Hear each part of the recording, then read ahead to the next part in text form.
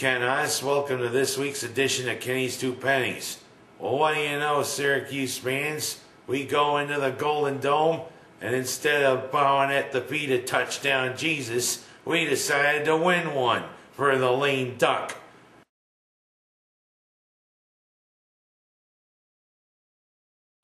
Well, a week after we decide that Mr. Robinson, finally, to our relief, is not going to be back next year as Syracuse coach, he decides, instead of having us do taps like I did on the last show, he decided to wake up his own set of echoes. I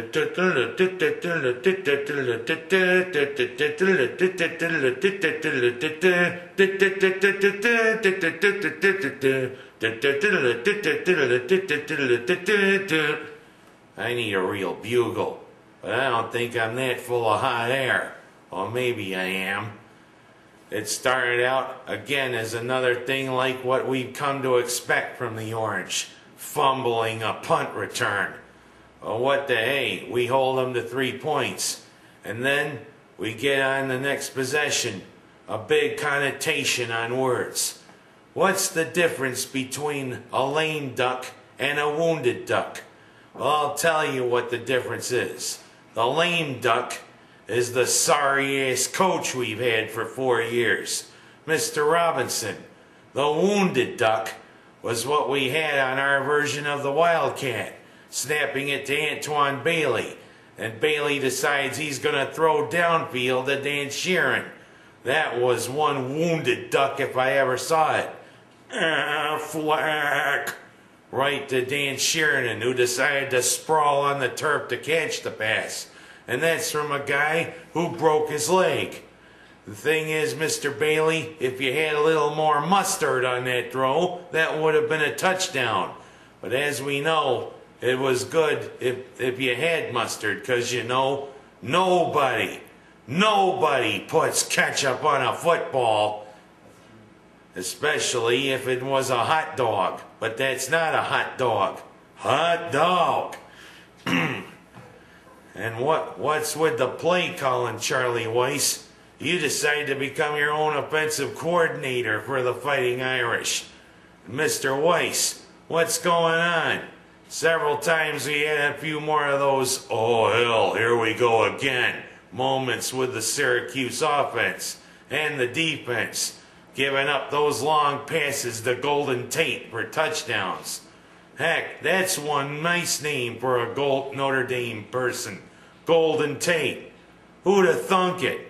A golden player with a golden first name in the Golden Dome. There's a little cahootinizing going on there for the Fighting Irish.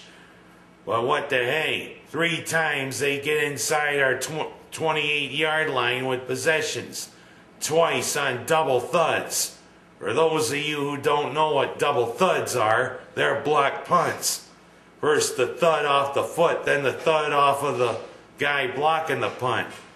And then you're thinking like Harry Gant was in Stroker Ace. Oh hell, here we go again. We're going to get blown out. But what happens? First time, they commit 2 holding penalties, and they also let Jimmy Clausen get sacked for 17 yards. It became second and a country mile. Well, what the heck's a country mile? You'd know it if you go out north of here and you go into the boondocks that is northern Seneca County. That's a country mile. 2nd and 47, 3rd and 40, 4th and 40. Instead of going for a field goal or a touchdown, they have to punt the ball. Second time they commit the double thud and get the ball inside the Syracuse 25, they attempt a field goal. And what happens? Hesitation. Almost looked like Satchel Paige trying to kick that ball, Brandon Walker. And what happens? You miss a 25-yard field goal, you doofus. Anybody talk about wounded duck on a kick? And also, 3rd time, what happens? They get the 5-yard line, especially on that fumble by Curtis Brinkley, then the lateral. They pick it up. Here you go. And what happens? All Notre Dame can get is another field goal. But what the hey? Syracuse played an inspired fourth quarter. 2 touchdowns in a quarter that normally started the snowball effect. First, the nice run by Bailey. And in the place that's known for Catholics all around as a great university, this Roman Catholic here says about Antoine Bailey, what a revelation. In that fourth quarter, Mr. Bailey, you decided to turn the Notre Dame defense into some Irish cream. Boy, you served them up on the rocks with those runs, especially that nice run for a touchdown. Good old Bailey's Irish cream. Nice going down.